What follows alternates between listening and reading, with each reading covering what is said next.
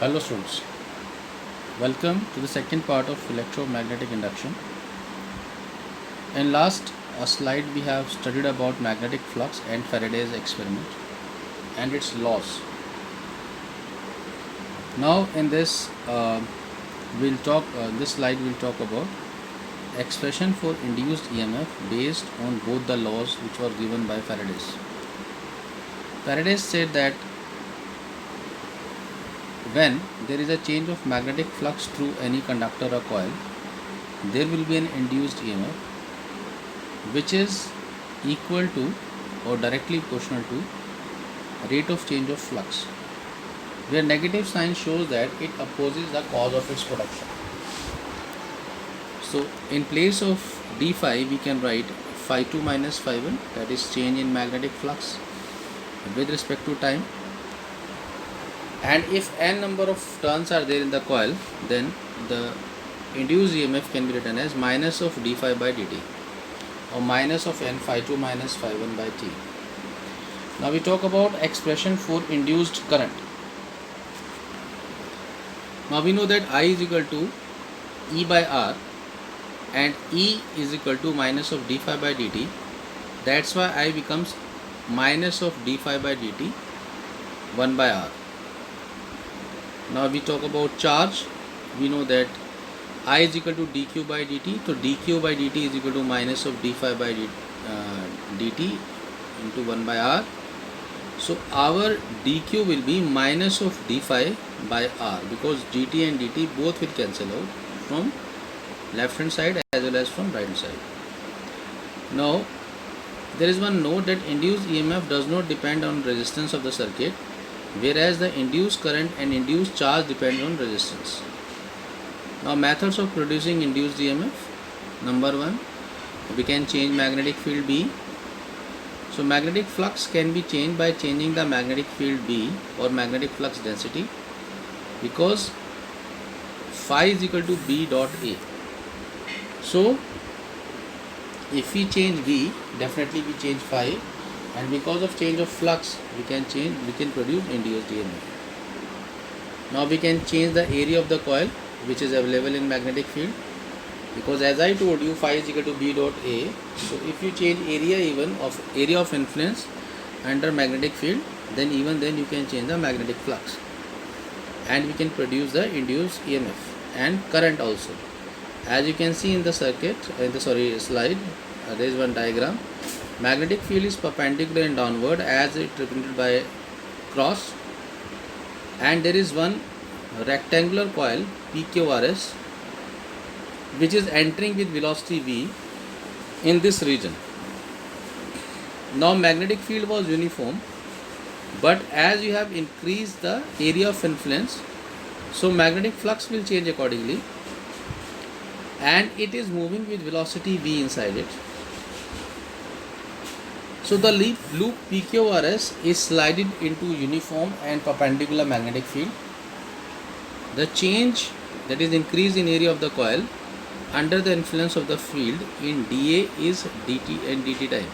It means we are assuming that in time dt, dA area has been increased inside the magnetic field. Now this will change or increase the magnetic flux to a small amount d phi. So d phi we can write B dot A, and we can further write B into I into V into dt. So your E is equal to E minus d phi by dt, and E is your minus of BLV. Clear? So what we get actually, dA we have actually into length into velocity into time. Clear? And we are getting the relation E is equal to minus of BLV. This is an important formula which you have to learn. The induced EMF is due to motion of the loop, and so it is called motional EMF. If the loop is pulled out of the magnetic field, again E will be BLV, where V is velocity, L is the length of the coil PQRS, and B is the external magnetic field. but this E will be positive in this case because it is going out. The direction of induced current is anti-clockwise in the loop. PSRQP will be the direction. By Fleming's right hand rule we achieve this, or we can also apply Lenz's law. Now the current I is flowing in the coil, as you can see also. Now according to Lenz's rule, the direction of induced current is such that it opposes the cause of changing magnetic flux. Here the cause of changing magnetic flux is due to motion of the loop and increment in area of the coil in the uniform magnetic field. Therefore this motion of the loop is to be opposed. So the current is setting itself such that by Fleming's left hand rule, the conductor arm PS experience force to the right, whereas the loop is trying to move to the left. It simply means whenever there is a production of induced EMF and current, it opposes the cause of production, and if we apply Fleming's right hand rule, we can find the direction of induced current in the conductors. Now it is written again, against this force mechanical work is done, which is converted into electrical energy, and it will produce induced current basically. Now there is one note that if the loop is completely inside the boundary of magnetic field, then there will not any change in magnetic flux, so induced current will not be there also. It means induced current will produce until either you change magnetic field or you change area of influence. If nothing is changing, if flux is constant, current is not going to produce, or induced EMF is also not going to produced, because they are related to rate of change of magnetic flux. Now Fleming's right hand rule we have, you can see there is one right hand is shown to you guys.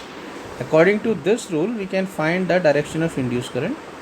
We have to hold thumb, forefinger and middle finger of our right hand in a perpendicular direction to each other. Your forefinger will represent magnetic field, your thumb will represent force or motion of the conductor, and the middle finger will give you the direction of electric current. So it is written here, you can read also. Now next is there by changing the orientation of the coil in magnetic field.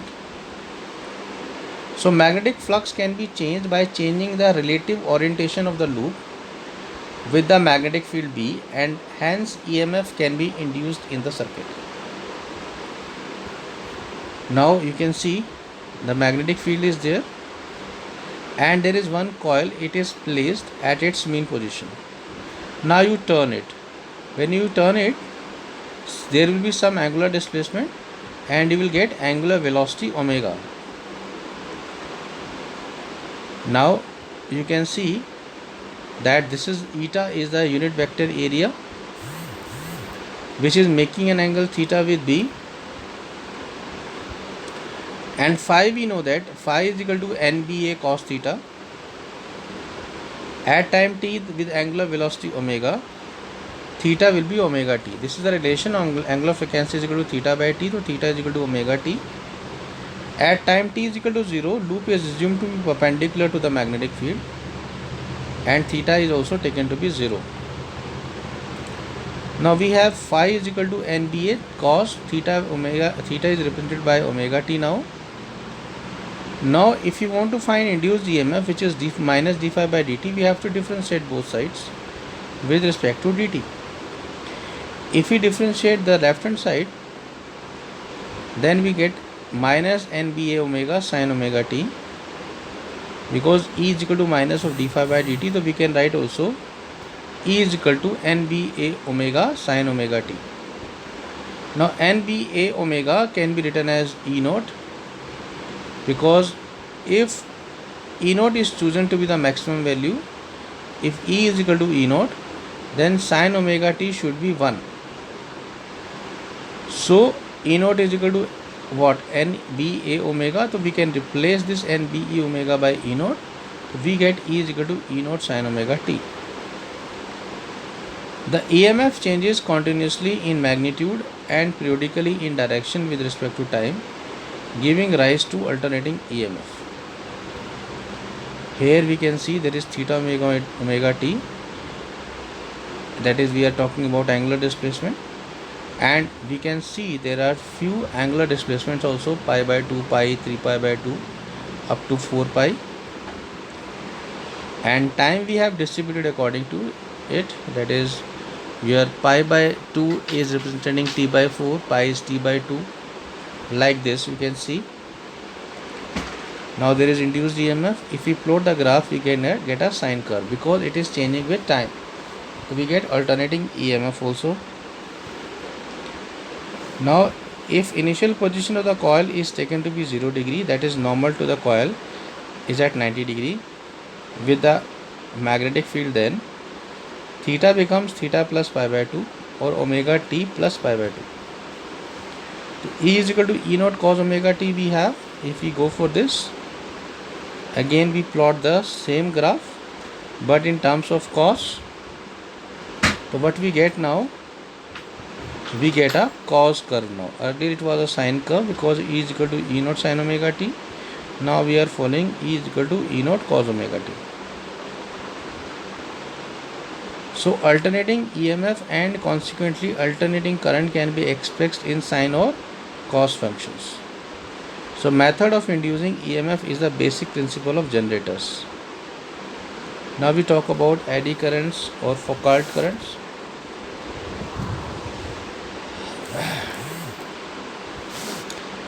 The induced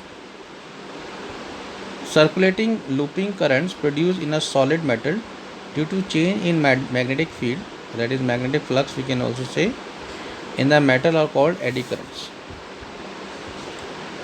As you can see, there is one metallic block, magnetic field is there, and we can see orientation of the eddy current. Clear? It is looking like a whirlpool. Application of eddy current: we can melt iron core or etc. It is known as electromagnetic furnace, in which we actually melt them. In speedometer, eddy current are used to measure the instantaneous speed of the vehicle. In deadbeat galvanometers, we also use eddy current because it actually prevents damping of the coil. Electric brakes, electromagnetic brakes, which we use in a very highly speed moving vehicles like bullet trains. In energy meters, watt meter, eddy current are used to measure the consumption of electrical energy. Now we can also use them for localized heating of tissues in human bodies. Self-induction. What is self-induction? Is the phenomena of inducing EMF in the self coil due to the change in current and hence the change in magnetic flux in the coil. The induced EMF opposes the growth or decay of current in the coil and hence delay the current to acquire the maximum value. Self-induction is also called inertia of electricity, and it is opposes the growth or decay of current.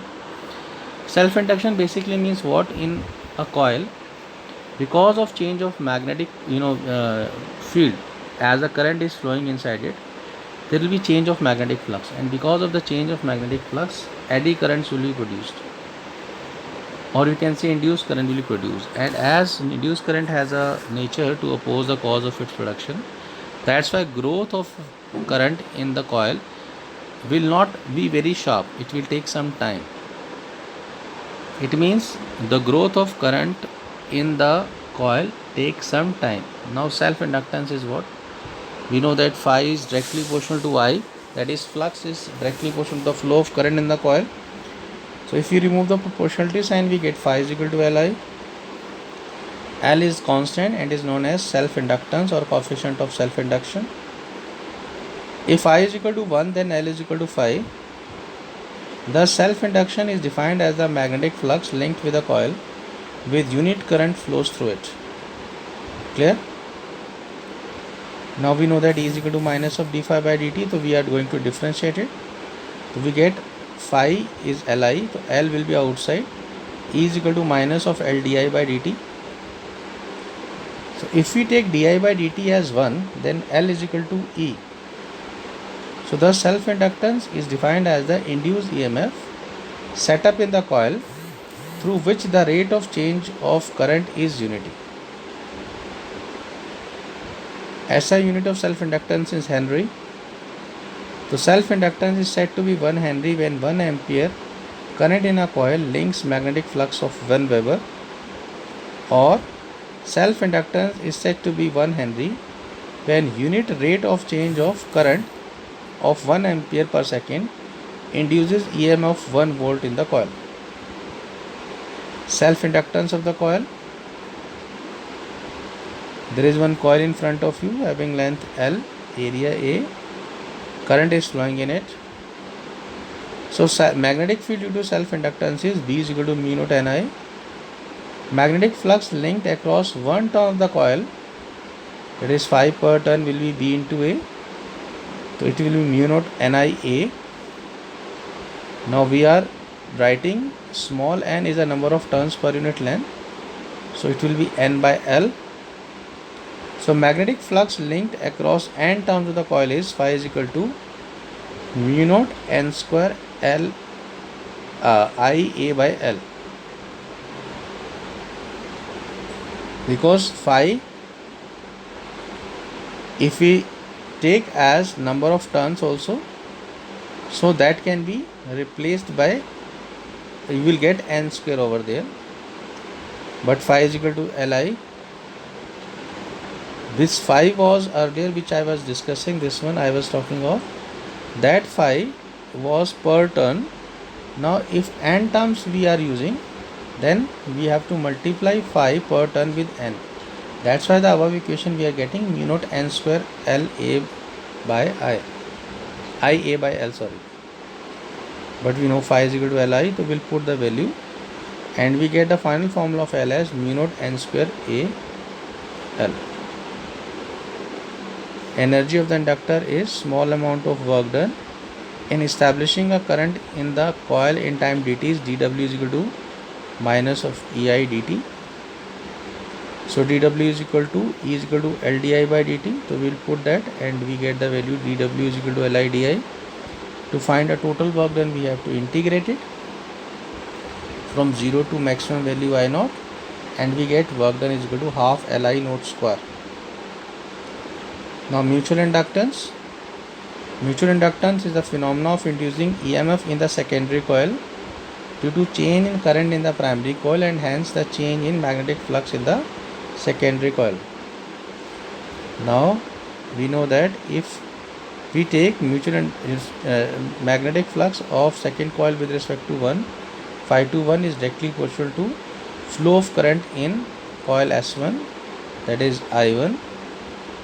So if we remove proportionality sign, we get phi to 1 is equal to M into I, where M is the coefficient of mutual inductance. Clear? Now if we take I1, then M is equal to phi. So what we write, the mutual inductance is defined as the magnetic flux linked with the secondary coil when unit current flows through the primary coil. Now here the mutual inductance is of second coil. It is not because of its own current, it is because of the current of the another coil. We know that E2 is equal to minus of d phi 2 1 by dt. We can write as E2 is equal to minus of di by 1 dt. So if di1 by dt is equal to 1, then M is equal to E. So thus mutual inductance is defined as the induced EMF set up in the secondary coil when the rate of change of current in primary coil is unity. SI unit of mutual inductance is Henry. So mutual inductance is said to be 1 Henry when 1 ampere current in the primary coil links magnetic flux of 1 Weber across the secondary coil, or mutual inductance is said to be 1 Henry when unit rate of change of current 1 ampere per second in primary coil induces EMF of 1 volt in the secondary coil. Now we talk about two long coaxial solenoids. We can see there are two solenoids, one with red color, another is blue color. There is one galvanometer also, length is L, area is A of both coils. I1 is flowing in coil S. So magnetic field due to primary coil, if the current is flowing in it is I1, then B1 is equal to mu naught N1 I1. Magnetic flux linked across one turn of the secondary coil is phi 2 1 per turn. So it is equal to B1 into A. We have mu naught N1 I1A or mu naught N1 I1A by L. So magnetic flux linked with n turns of the secondary coil is phi 2 1 is equal to mu naught N1 N2 I1A by L. But you know that phi 2 is equal to 1 is equal to M21 I1. M21 has a value of mu naught N1 N2 A by L, where capital N1 and N2 they are number of turns per unit length.